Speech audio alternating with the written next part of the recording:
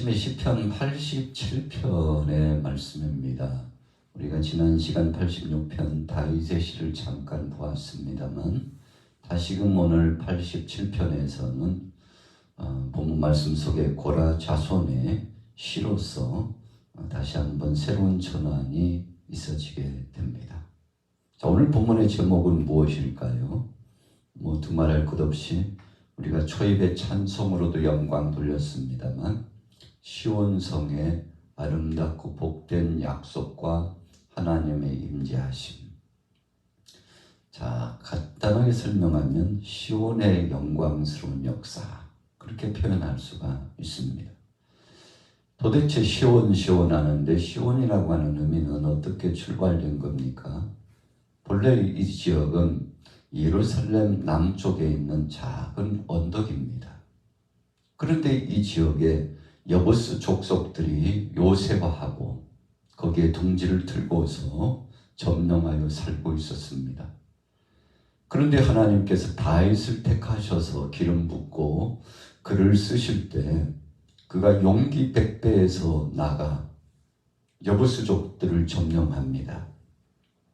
그래서 마침내 그 아름답고 영광스럽고 예루살렘에 있어서 늘 걸림돌을 거추장스러웠던 시온을 점령하게 되죠. 여부스족 속의 그 요새를 저들을 쳐서 점령하고 지배하게 된 것입니다. 다윗이 왕정을 진행하면서 통일 왕국을 진행하지 않습니까? 어찌 보면 나라가 둘로 갈라졌습니다.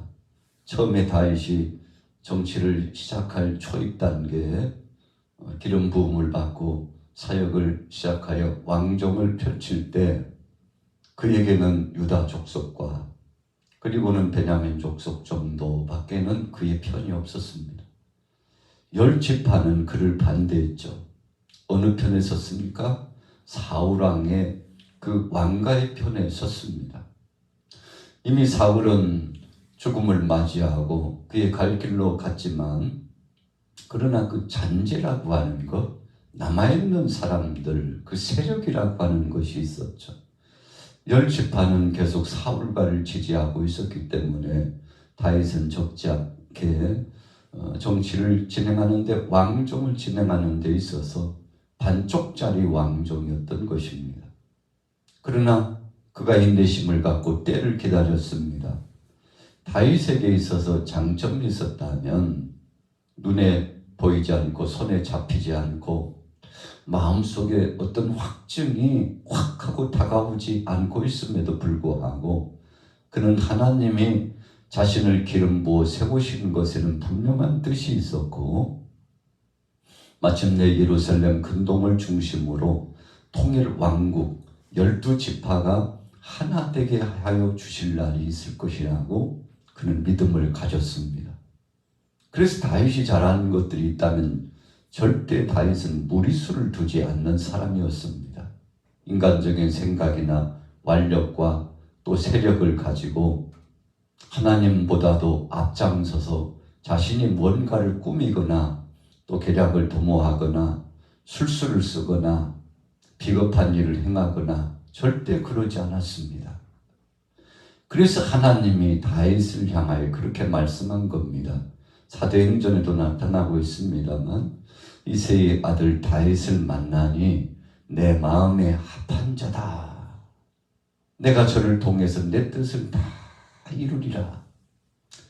여러분, 다윗의 장점은 하나님보다 앞서지 않는 것입니다. 우리가 종종 신앙생활을 하면서 실수를 범하기 쉬운 것 중에 하나, 참 어찌 보면 사탄이 파놓은 함정이죠. 그 함정에 빠지기 쉬운 함정 하나가 있다면 하나님의 역사하신 그 손길보다 내가 앞서는 것입니다. 정말 충성한다고 했는데 돌이켜보니까 하나님보다 앞서고 있다는 사실을 발견하면 그때는 이미 늦습니다. 왜 그렇습니까? 인간적으로 판단하고 결정한 것이 있고 이미 입을 통해서 말을 통해서 실수를 범하는 것이 너무 많기 때문에 자신이 한 말을 또 관철하고 그것을 지키기 위해서 또 다른 함정에 빠집니다. 아, 내가 말에 실수를 했구나. 생각에 실수를 했구나. 하나님의 섭리적인 관점에서 깊이 생각하고 말씀 안에서 나 자신을 재점검하고 하나님의 뜻인지 아닌지를 알고 주님의 몸된 교회의 유익인지 아닌지 역사적인 사역 가운데 내가 손가락질 받는 인생이 될지 칭찬을 받을지 이런 범주 안에서 자기 자신을 성찰하지 못합니다. 왜 그렇습니까? 이미 선언한 말이 자기를 붙잡고 있기 때문에 사람들의 이목 때문에 잘못된 것을 알고 있음에도 불구하고 그 길을 갑니다. 여러분 사울이 그랬던 거 아니겠습니까? 그러나 다윗은 절대 그러지 않았습니다. 혹 생각하고 갔다 할지라도 이것이 잘못되었다고 생각하면 즉시 통회하고 자복하고 가슴을 치고 옷을 찢으면서 그는 돌이킬 줄 알았던 사람 가운데 한 사람이었죠. 여러분 그래서 하나님은 참 복을 주실 수밖에 없는 사람들을 찾으시고 영광 받고자 하시는 인생들을 찾으시지만 하나님 말씀에 순복하고 믿음을 지키는 사람들을 통해서 역사를 진행한다는 것입니다. 하나님은 의인을 원하십니다. 그 의인이라고 하는 것은 완전한 자를 말하지 않습니다. 실수도 있고 넘어짐도 있고 연약한 곤고함 속에 빠지기도 하고 때로는 방자히 행하기도 하고 하나님의 뜻을 거스려서 불순종하기도 하고 다 그럴 수 있죠. 저도 마찬가지고 여러분들도 마찬가지입니다. 그런데 그럼에도 불구하고 하나님이 쓰시는 사람은 누굴까요? 돌이킬 줄 아는 사람입니다. 그리고는 하나님 앞에 나와서 천부여 의지없어 손들고 주여 나의 불충을 용서하옵소서, 나의 약함을 용서하옵소서. 잠시 한눈을 팔고 곁길로 갔사오나 그러나 하나님의 섭리와 사랑을 생각하니 1만 달란트나 되는 엄청난 한화로 따지면 약 16조 원이라고 했습니다. 참 천문학적인 금액이죠. 그런데 예수님께서 비유적인 말씀으로 너희는 1만 달란트를 탕감받은 자들이다. 이 구속의 은총을 그냥 감히 금액으로 따진다면 1만 달란트 탕감받았다. 그렇게 말씀했는데 우리 하나로 따지면 16조 원이니까 1조도 큰데 16조 원이면 어딥니까? 그러니까 어떤 한 종이 1만 달란트를 탕감받고는 갚을 길 없어가지고 너무 감사해서 돌아갔는데 가다가 자기에게 빚진 사람, 그것도 100데나리온 빚진 사람을 만났는데 참 하나로 따지면 약 100만 원 정도밖에 안 된답니다. 16조를 탕감받은 사람이 100만 원 빚진 사람 멱살을 붙잡고 너희 놈 새끼 나한테 빚진 거 안 갚으면 너뿐 아니야. 네 처자식까지 내가 다 팔아서라도 그 돈을 내가 회수할 거야 하면서 협박을 하고 공갈을 하고 얼마나 방자에 행했는지 그 소식을 주인이 들었잖아요. 1만 달란트 탕감해준 주인이 듣고 아니 저런 배은망덕한 놈이 있나? 자기가 탕감받은 게 얼만데 자기에게 겨우 그거 참 100데나리온 빚진 것 가지고 그렇게 몹쓸 짓을 했단 말이지. 그놈을 당장 불러들이라 하고는 너 내가 탕감해 준 거 다시 갚어. 이런 참 엄청난 일이 벌어졌다는 거 아니겠습니까? 이 비유를 예수님이 주셨어요. 여러분 그래서 우리가 주님 앞에 받은 은혜를 생각하면 늘 울어도 갚을 길 없는 것입니다. 그러나 우리가 신앙생활을 하면서 때로는 교만하고 방자하고 하나님의 뜻을 거스리고 하나님의 섭리를 알지 못하는 이유, 감사치 못하는 이유가 내가 탕감받은 것은 생각지 않고 내게 빚졌다고 생각하는 자기 몫을 생각하기 때문에 엄청난 실수를 한 거죠. 이거 다 내 거라니까. 내 돈 왜 안 내놓는 거야? 당신 내가 고발할 거야. 여러분이 엄청난 실수를 범한 거 아니겠습니까? 이 모든 것이 하나님께 속했다고 생각해야 비로소 완전한 삶이 되는 것입니다. 왜 그렇게 서론이 거창했나고 물으신다면 오늘 시온이라고 하는 의미 속에 이런 복합적인 것들이 포함되어 있기 때문에 그렇습니다. 자, 볼까요? 1절에요.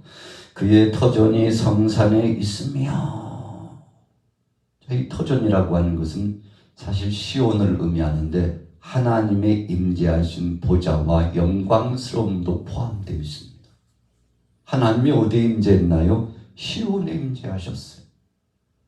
다윗이 그 성을 점령하고는 여기는 이제 시온산이라고 하지 말고 다윗성이라고 불러라. 명칭을 바꾸죠. 그래서 다윗성이 된 겁니다. 여러분, 그래서 역사적으로 다윗이 점령하여 새로운 둥지를 들고서 그리고는 나라를 새롭게 세워나가는 통일 왕국을 이룬 역사. 여러분, 그래서 다윗성이라고 하는데 사실은 다윗이 하나님 앞에 감사하며 영광 돌리고 있는 거죠. 전쟁은 하나님께 속했다. 하나님이 승리케 해주셔서 이루어진 것이다. 그런 겸손한 고백을 했지 않습니까? 자, 성산이 되었어요. 성스러운 산, 예루살렘을 의미합니다. 또 우리가 구약에서도 그렇습니다만 신약성경 요한계시록에도 보면 바로 이 시온은 예루살렘성, 새 예루살렘성, 천국을 의미하기도 합니다. 왜 천국을 의미합니까? 하나님의 보좌가 거기 있기 때문에. 여러분, 그래서 시온이라고 하는 의미는 영적인 깊은 의미로 하나님이 임재하시는 은혜의 전당이요 거룩한 성산이다, 그런 뜻이 있죠. 그래서 어떤 때는 교회를 시온이라고도 하고 저 멀리 역사적으로 예루살렘을 시온이라고도 합니다. 그래서 어떤 사람들은 시온이 회복되면 주님이 오신다, 그렇게까지 조금 적극적인 표현입니다만 시온은 예루살렘이 회복된다는 뜻인데 예루살렘이 나라가 회복되고 거기에 있는 모든 이스라엘 백성들이 이제는 예수 그리스도를 구주로 영접하지 않던 사람들도 주님을 구주로 영접하고 거기에 교회가 세워진다. 언젠가는 그날이 올 것이다. 여러분, 유대인들이 지금도 예수님을 부정하고 있지 않습니까? 참 그 땅에 약속대로 오신 메시아를 지금도 부정하고 있어요. 아직 메시아가 안 오셨대요. 참 얼마나 어리석습니까? 지금도 저들은 그렇게 생각하고 구약의 성경만 의지한 채 지금도 메시아를 기다리고 있는데, 그래서 저들은 시오니즘적인 사상을 가지고 있죠. 언젠가는 하나님이 이 나라를 완전케 하시고 회복하신다. 메시아는 꼭 오신다. 여러분, 이미 오신 그분을 영접하지 않는 저들의 죄가 얼마나 큽니까?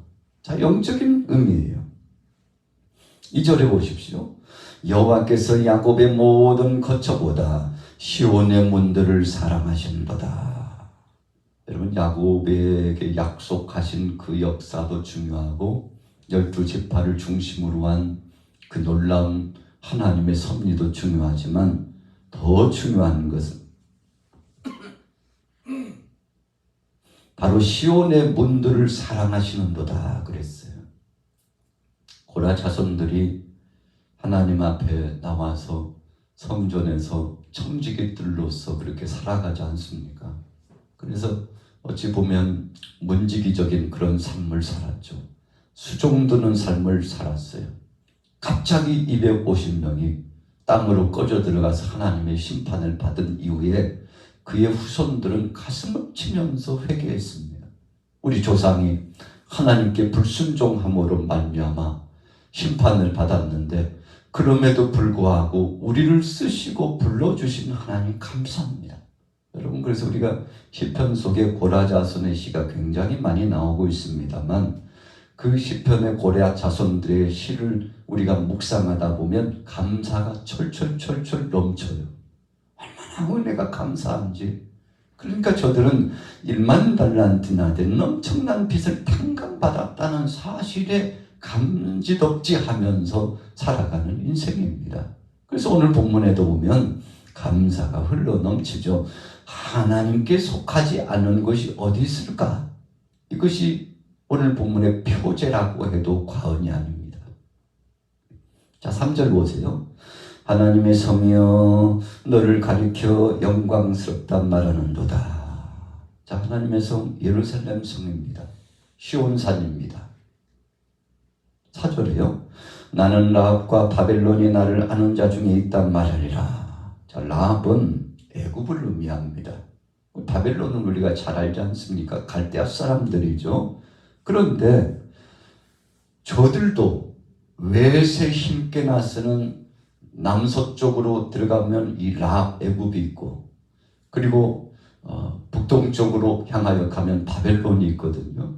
이 지중해를 중심으로 요단강을 끼고 서쪽과 남쪽으로 갈려서 서쪽 방향 서남쪽에는 이 애굽이 있고, 그리고 북동쪽에는 바벨론이 있는데, 이들이요 시온을 안다고 고백하는 거예요. 예루살렘을 알고 찬양하는 거예요.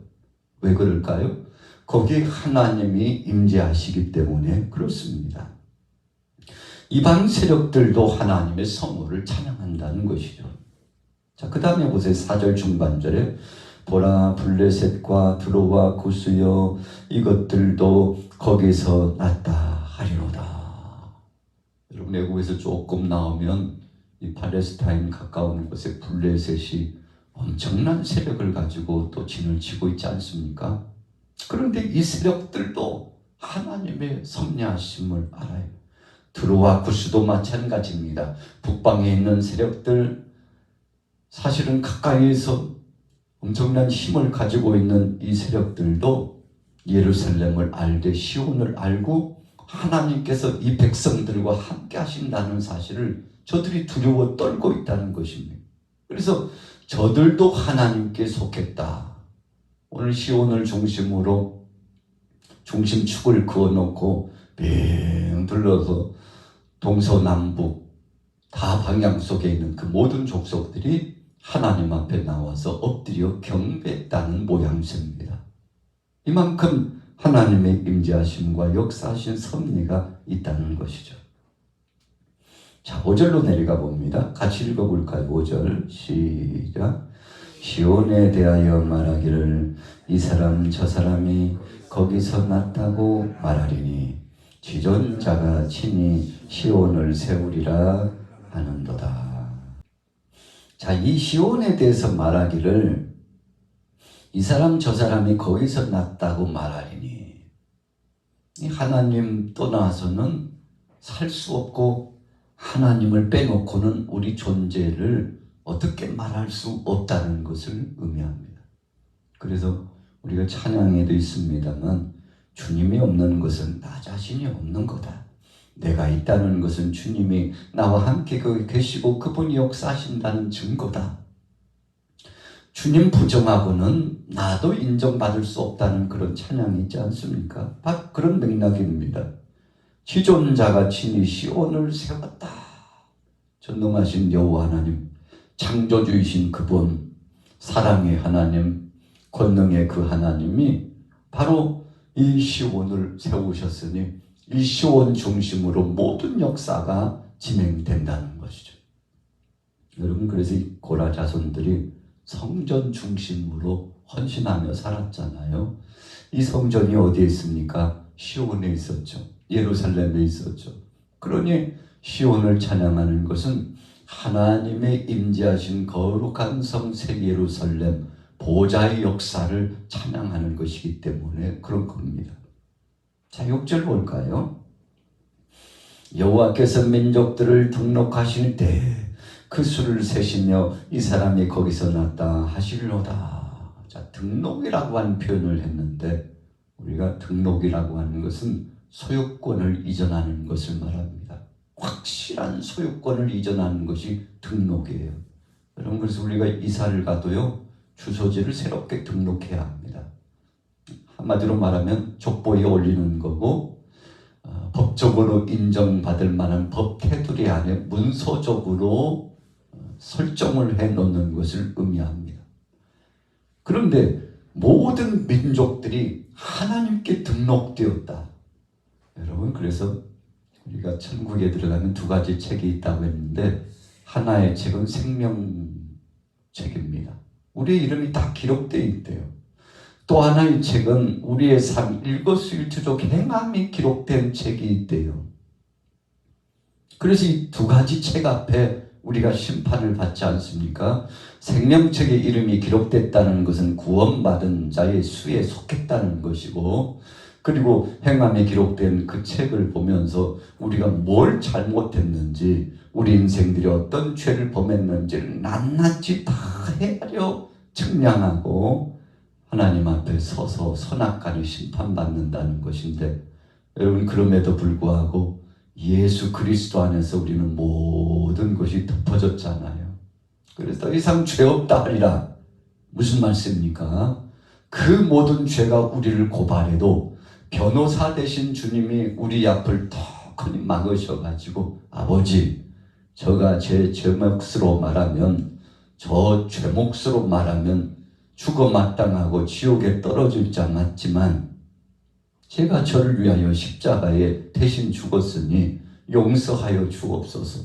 여러분, 이것이 핏값의 은혜요, 구속의 은총이요, 주님이 변호사로서 대변해 주시는 은혜 아니겠습니까?